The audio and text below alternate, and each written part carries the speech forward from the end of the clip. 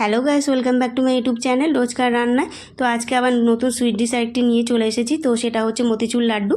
তো তোমরা প্রথম থেকে লাস্ট অবধি দেখতে থাকো, তোমাদের ভালো লাগবে ভিডিওটা ভালো লাগলে অবশ্যই লাইক শেয়ার সাবস্ক্রাইব করতে ভুলো না, আর কমেন্ট তো বেশি বেশি করে করবেই।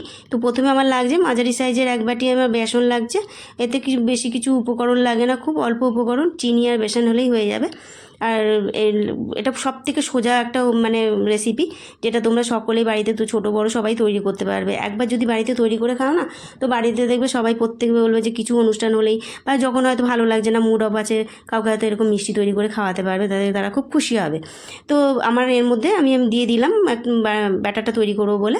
তো বেসনটা ঢেলে দিয়েছি। এরপর না আমি 1 চিমটি মতো দিয়ে দিয়েছি লবণ। তো লবণটা এই দেওয়ার কারণ হচ্ছে এটা ব্যালেন্সটা ঠিক রাখবে, মিষ্টিটা বা টেস্টটা খুব সুন্দর লাগবে। ঠিক আছে, এটা ওর জন্য দেয়া। আচ্ছা, তোমরা এটা দিতেও পারো নাও পারো, কিন্তু বাট আমি দিয়েছি কেন, এটা যে টেস্টের জন্য। আচ্ছা, এরপর আমি দিয়ে দিচ্ছি পরিমাণ মতো জল।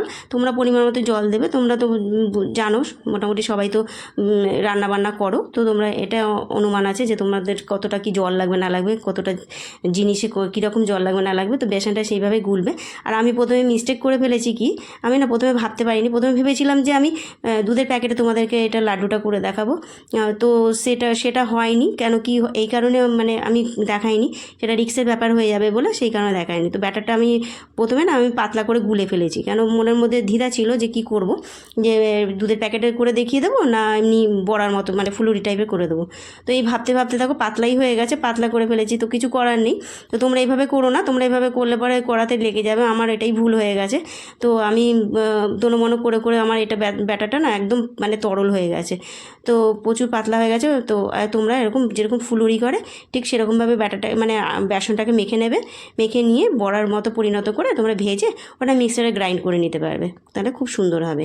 এটাও খুব সুন্দর হয়েছে, এটা একটু পাতলা হয়ে গেছে।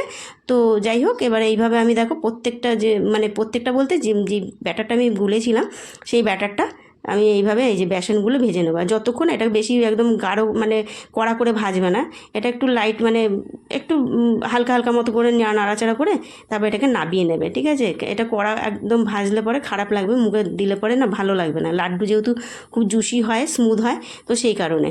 তো যাই হোক, এবার আমি দেখো কাঁচা পানটা যেহেতু চলে গেছে, বেসনের যে একটা কাঁচা কাঁচা গন্ধ ভাব থাকে বা কিছু, তা এরমভাবে তোমরা যে যেমন করে ভেজে নিতে পারো, অসুবিধে নেই তেলেতে। আর তার আগে আমি ওই দুধের প্যাকেটে করে আমি ভাবছিলাম তোমাদের করে দেখাবো। তো যাই হোক, ওইটা আমি নিজে থেকে স্কিপ করে দিয়েছি, কারণ ওটা প্রচণ্ড রিস্কের হয়ে যাবে, তোমাদের গায়ে তেল ছিটতে পারে। তো সেই কারণে আমি দেখালাম না, আমি এইভাবেই তোমাদেরকে দেখিয়ে দিলাম। ঠিক আছে, তোমাদের অপশনও দিয়ে দিলাম যে তোমরা ব্যাটারটা একটু গাঢ় করে করে নেবে, মেখে নেবে, তারপর তোমরা ওটাকে ভেজে নেবে। দেখো আমার এইভাবে হয়ে গেছে। আমি প্রত্যেকটা প্রতিটা বেসনের ব্যাটারটা আমি এইভাবেই ভেজে নিয়েছি। ঠিক আছে, এরপর আমি চিনিটা কম বেশি করেই দিচ্ছি, আমি বেশি চিনি দেবো না, মিষ্টি বেশি রাখবো না চাটনি করার জন্য। আর চাটনিটা আমি দেখো তাও নিয়েছি, যেই বাটির বেসন আমি নিয়েছি সেই বাটির মাপেই আমি হাফ বাটি মতো চিনি নিয়েছি। তো তার থেকেও কম নিয়েছি। ঠিক আছে, পুরো হাফ বাটিটাও আমি দিইনি, চিনিটা আমি কম দিয়েছি। আর জল আমি ছোটো বাটির 1 বাটি নিয়েছিলাম, সেখান থেকে আমি একটু জল রেখে দিয়েছি, পুরোটা লাগেনি। আর ওতে লবঙ্গ পড়েছিল, হয়তো ভাবে কী পড়ে আছে, ওতে লবঙ্গ পড়েছিল, লবঙ্গটা আমি সরিয়ে দিলাম। লবঙ্গটা আমি চিনিতে দিয়ে রাখি এই কারণেই যে যাতে পিঁপড়ে না ধরে থাকে। এটা একটা সুন্দর টিপস নয়, এটা তোমরা মাথায় রেখো। তো যাই হোক, এরপরে আমি যেই ব্যাটারটা যে ভেজে রেখেছিলাম, সেটা আমি এবার মিক্সার গ্রাইন্ডারে দিয়ে এবার গ্রাইন্ড করে নেবো। আর একদম মিহি করবে না, এরকম একটু দানা দানা রাখবে, যাতে মুখে দিলে খুব ভালো লাগে। তো দেখো আমি করে নিয়েছি, এভাবে গ্রাইন্ড করে নিয়েছি। এরপর দেখো চাটনিটাও আমার হয়ে এসছে। আর চাটনিটার মধ্যে একটু সেন্টের জন্য আমি এলাচ গুঁড়ো দিয়ে দিলাম, 2-4টে এলাচ দানা দিয়ে দিয়েছি থেতো করে। আর এরপরে আমি ওই যে গ্রাইন্ডটা যে করে রেখেছিলাম বেসনের, সেটা আমি এবার চাটনির মধ্যে দিয়ে দেবো। এবার এটা যতক্ষণ না তোমার থিকনেস, যতক্ষণ না এটা গাঢ় হয়ে আসছে, যতক্ষণ না তোমাদের ননস্টিক থেকে বা কড়া থেকে যতক্ষণ না ছেড়ে আসছে, ততক্ষণ তোমরা এটাকে নাড়াচাড়া করে যাবে। যখন দেখবে যে ছেড়ে আসছে, তখন জানবে অলমোস্ট ডান। তো আমি এরপর একটু কালার হওয়ার জন্য আমি একটু স্যাফরান দিয়ে দিলাম। তো স্যাফরান দেওয়ার পর দেখো কালারটাও খুব সুন্দর, লাড্ডুতে যেহেতু কালার থাকে সেহেতু আমি এটা কালারটা দিয়ে দিলাম।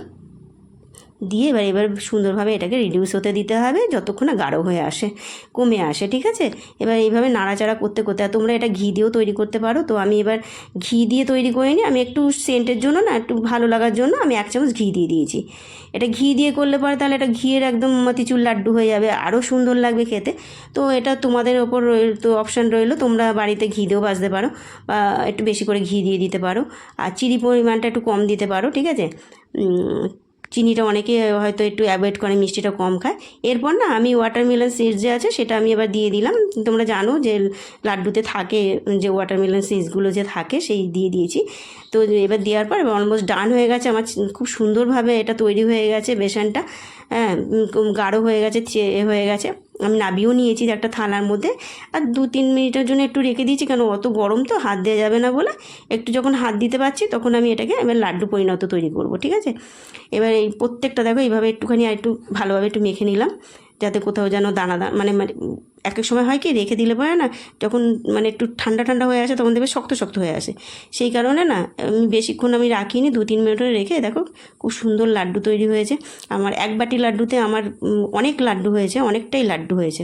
তো তোমরা এইভাবে বাড়িতে অবশ্যই তৈরি করো, সবাইকে খাইও, আর বেশি বেশি করে লাইক করো, শেয়ার করো, কমেন্ট করো, সাবস্ক্রাইব করো। আর নতুন নতুন ভিডিও আমি আবার তোমাদের সামনে তুলে নিয়ে আসবো। তো যাই হোক, এইভাবে দেখো আমি প্রত্যেকটা লাড্ডু তৈরি করে নিয়েছি, হয়ে গেছে আমার লাড্ডু, মতিচুর লাড্ডু। তো সবাই ভালো থেকো, সুস্থ থেকো, আবার দেখাবে অন্য কোনো ভিডিওতে। টাটা।